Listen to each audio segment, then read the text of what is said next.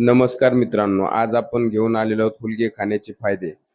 तर मूतखड्याच्या पेशंटसाठी, त्यानंतर मधुमेहाच्या पेशंटसाठी आणि महिलांच्या आरोग्यासाठी हे खूप फायदेमंद आहे. ते आपण व्हिडिओमध्ये पाहू. तर ज्यांना मूतखडा आहे, मधुमेह आहे, त्यानंतर महिला ज्या पाहत आहेत, त्यांनी हा व्हिडिओ शेवटपर्यंत पहा. कारण तुमच्यासाठी हुलगे खूप फायदेमंद आहेत. ते आपण आता पाहू. तर हुलगे खाण्याचे फायदे. हुलगा म्हणजेच कुळीथ, याला दुसरं नाव कुळीथ आहे किंवा हॉर्स ग्रॅम हे देखील याला नाव आहे. हे अत्यंत पौष्टिक कडधान्य आहे. यामध्ये प्रथिनेचे प्रमाण सर्वाधिक असते. याच्यामध्ये 100 ग्रॅम हुलग्यामध्ये दुधापेक्षा तिप्पट प्रोटीन, लोह म्हणजेच आयरन असते, जे आपलं रक्त तयार करण्यासाठी कामी येतं. त्यानंतर कॅल्शियम, त्यानंतर फायबर, त्यानंतर फिनोलिक ऍसिड हे मुख्य घटक याच्यामध्ये आढळतात. त्यानंतर आता याचे काय काय फायदे आहेत ते पाहू. तर मूतखडा म्हणजे किडनी स्टोन, आपण आधीच सांगितलं होतं की मूतखड्याच्या पेशंटसाठी हुलगं खूप फायदेमंद आहे. तर मूतखडा दूर होतो. हुलग्यामध्ये लघवी साफ करण्याचे गुणधर्म ड्युरेटिक्स असतात, जे नियमितपणे हुलग्याचं पाणी म्हणजे कडण पेल्यास मूतखडा विरघळण्यास आणि बाहेर पडण्यास मदत होते. तुम्ही म्हणाल आता एक कडण काय असतं, तर ते आपण पुढं बघू. ती एक स्टेप आहे, हुलग्याचं पाणी तयार करण्याची स्टेप आहे, ते आपण पुढं पाहू. वजन कमी करते. यामध्ये भरपूर प्रमाणात फायबर आणि प्रथिने असतात. हे शरीरातील चरबी जाळण्यास आणि भूक नियंत्रित ठेवण्यास मदत करते, ज्यामुळे वजन नियंत्रणात राहते. त्यानंतर तिसरा फायदा, मधुमेहासाठी उपयुक्त. आता मी तुम्हाला आधी सांगितलं होतं, मधुमेहासाठी खूप फायदेमंद असं हुलगे खाणे आहे. हुलग्यामुळे रक्तातील जी साखर आहे ती नियंत्रित राहते. ही इन्सुलिनची संवेदनशीलता सुधारून जेवणानंतर रक्तातील साखरेची पातळी वाढण्यापासून रोखते. जर आपण जेवण केल्यानंतर आपली शुगर वाढते, तर त्याची पातळी ही वाढून देत नाही, हुलगं वाढून देत नाही. त्यानंतर सर्दी आणि खोकल्यावर गुणकारी. आयुर्वेदिक औषध उपचारानुसार हुलग्याचा काढा म्हणजेच कफ पातळ करतो.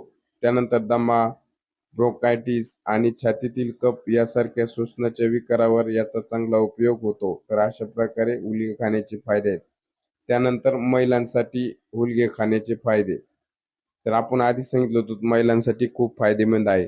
मासिक पाळीच्या समस्या आणि PCOS मध्ये हुलग्याचं पाणी पिणे आरामदायी ठरते. ज्या महिलांमध्ये मासिक पाळीच्या ज्या समस्या आहेत त्या कमी होतात. त्यानंतर PCOS ह्या महिलांचा काही प्रॉब्लेम असतो मासिक पाळीचा, तो देखील दूर होतो. तसेच प्रसूतीनंतर आहारात याचा वापर महिलांची ताकद वाढवण्यास केला जातो.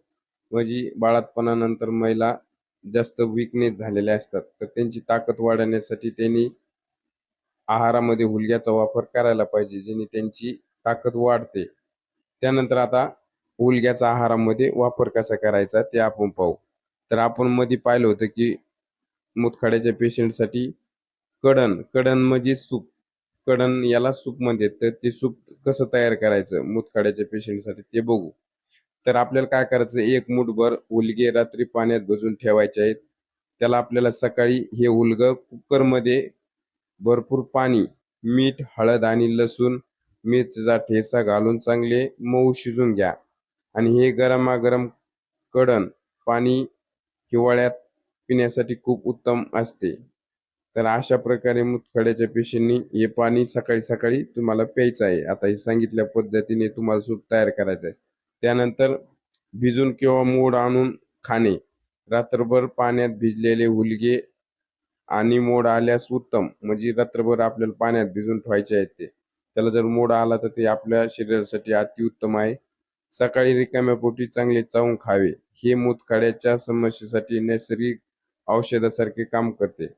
तर अशा प्रकारे बी मूतखड्याच्या पेशींनी तुम्ही करू शकता. रात्रभर हुलगे भिजून घालायचे व सकाळी ते आपल्याला चावून खायचे आहेत. त्यानंतर 2-3 दिवस जर ठेवलं तर तुम्हाला त्याचा मोड येईल. त्याला मोड आल्यास ते अतिउत्तम असं मानलं जातं.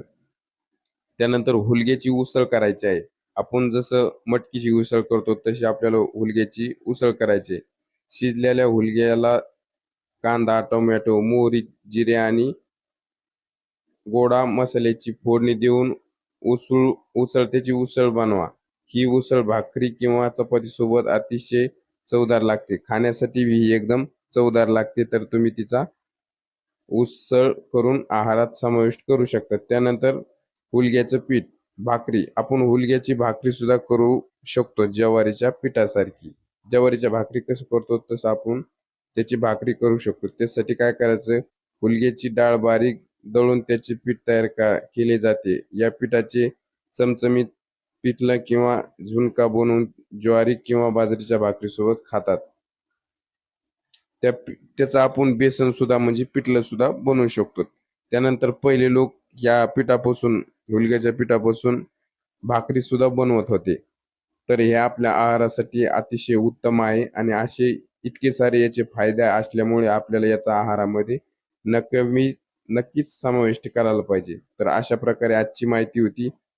तर आपल्याला माहिती कशी वाटली कमेंटमध्ये कळवा. माहिती आवडल्यास व्हिडिओला लाईक करा आणि अशी माहिती पाहण्यासाठी आपल्या चॅनलला आवर्जून सबस्क्राईब करा. तर धन्यवाद मित्रांनो.